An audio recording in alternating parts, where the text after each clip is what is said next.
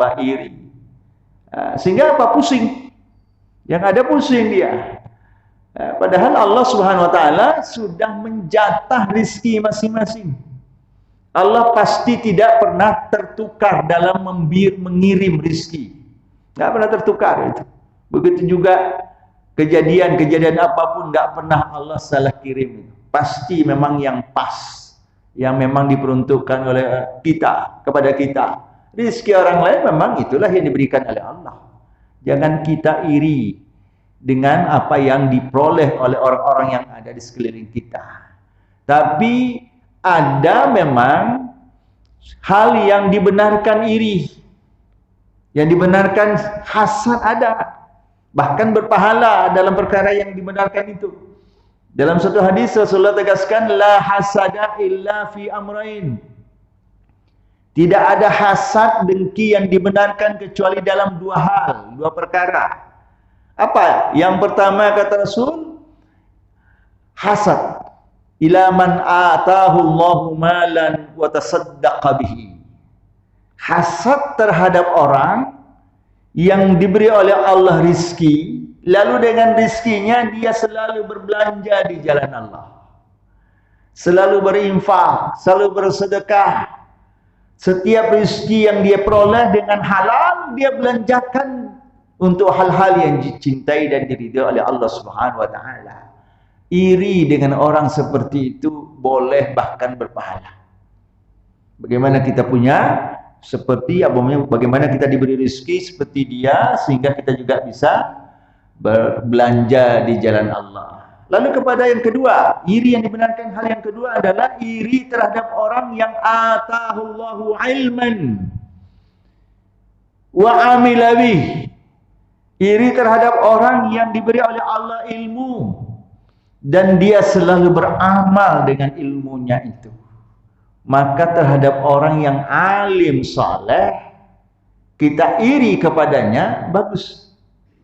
Kita iri dengan saudara kita yang hari ke hari semakin meningkat amal-amal ibadahnya, dan berdasarkan ilmu yang dia, setiap ilmu yang dia tahu, dia kerjakan, dia amalkan. Sehingga kita iri melihat dia, ingin juga seperti dia, bahkan ingin lebih daripada dia dalam perkara amal saleh dengan ilmu. Maka Bapak sekalian, dalam perkara akhirat atau perkara kebaikan, perkara kebajikan, Rasulullah menyuruh kita untuk melihat orang yang ada di atas kita. Perkara akhirat, perkara pahala, perkara kebaikan, lihatlah kepada orang yang ada di atas kita. Jangan melihat orang yang ada di bawah kita. Lihatlah kepada orang yang di atas. Sehingga kita selalu berlomba memacu diri kita untuk semakin baik dan semakin baik. Itulah yang disebut dengan fastabiqul khairat. Selalu berlomba untuk melakukan kebaikan. Namanya berlomba berarti kan ada orang-orang yang kita anggap berlomba. Nggak mungkin kita berlomba sendirian. Sekarang kan di Papua itu lagi lomba untuk olahraga, ramai. Nggak mungkin satu namanya lomba. Berarti kan fastabiqul khairat, itu berlomba pada kebaikan dengan banyak orang. Setiap orang yang berbuat baik, kita mesti merasa bertanding dengan dia. Maka perkara iri dengan orang yang melakukan kebaikan itu adalah hal yang positif. Tapi dengan ilmu yang benar, beramal dengan ilmu. Maka kita iri dengan orang yang berilmu, lalu selalu beramal dengan ilmunya, maka itu dibenarkan, bahkan itu berpahala. Sehingga dengan demikian kita terpacu untuk selalu meningkatkan amal-amal ibadah kita. Termasuk juga menambah, berpacu, mempergunakan harta kita di jalan yang dicintai dan diridhai oleh Allah Subhanahu wa taala. Sehingga kita selalu berlomba dengan kebaikan, dengan peluang-peluang kebaikan yang ada. Itu yang dibenarkan. Sehingga kita iri dalam hal ini adalah iri yang positif. Selain itu nggak boleh. Perkara dunia jangan lihat orang yang ada di atas. Kalau perkara dunia kita suka melihat orang yang ada di atas kita, lama-lama pasti capek, lama-lama pasti pegal kita.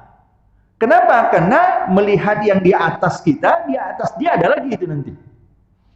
Kata orang, di atas langit ada langit, di atas raksasa ada raksasa. Maka semakin kita melihat ke atas, semakin tidak ada ujungnya. Barangkali kalau kita mau praktek, nengoklah sejak nengok plafon kita di atas ini. Ibarat ini dunia nih kan, tengoklah ke atas. Berapa menit kita sanggup? Lama-lama kalau kita nengok ke atas, apa? Pegal nih leher, capek kita. Begitulah ibaratnya kalau perkara dunia, kita suka melihat orang yang ada di atas kita, pasti kita capek sendiri. Dan akhirnya apa? Kita tergiur dan terbuai dengan dunia. Sehingga ingin berlomba, ingin mendapatkan dunia. Sehingga apa yang terjadi? Akhirnya dipengaruhi, tergiur kita, dipengaruhi oleh hawa nafsu kita. Setan pun datang untuk mempengaruhi kita. Sehingga kita menjadi apa? Togo, melampaui batas. Dalam surah Al-Ma'arij, Allah tegaskan, wa amma man taga wa asaral hayatad dunya fa innal jahima hiyal ma'wa. Maka barang siapa yang togo, melampaui batas dalam kehidupan dia, menjalani kehidupan di dunia ini, dan terpengaruh lebih condong berat kepada dunia, sehingga dunia ke dunia, maka apa yang terjadi? Tidak ada tempat kembali yang terbaik buat dia kecuali jahim, neraka jahanam. Na'udzubillah.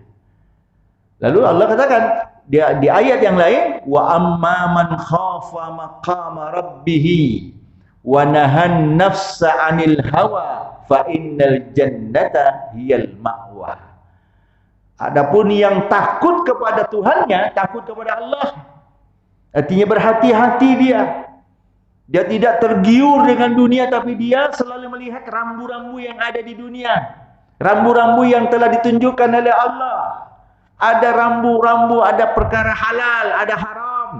Dia selalu perhatikan itu. Apakah dia tetap di perkara di jalur halal, atau jangan-jangan dia sudah berada di jalur haram. Maka segera dia berhati-hati terus. Atau dia di wilayah yang hak, atau di wilayah yang batil.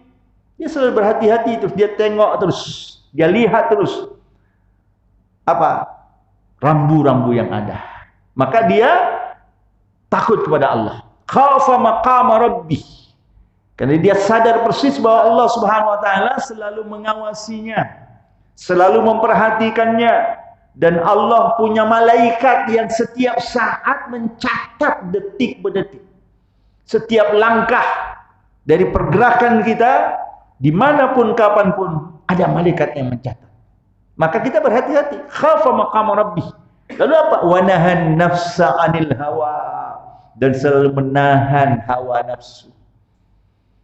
Selalu menahan diri kita dari tergiur dengan perkara-perkara dunia, sehingga kita berhati-hati. Maka orang yang seperti itu, kata Allah, fa innal jannata hiyal ma'wa, maka tempat kembalinya adalah surga. Rasulullah sallallahu alaihi wasallam juga mengingatkan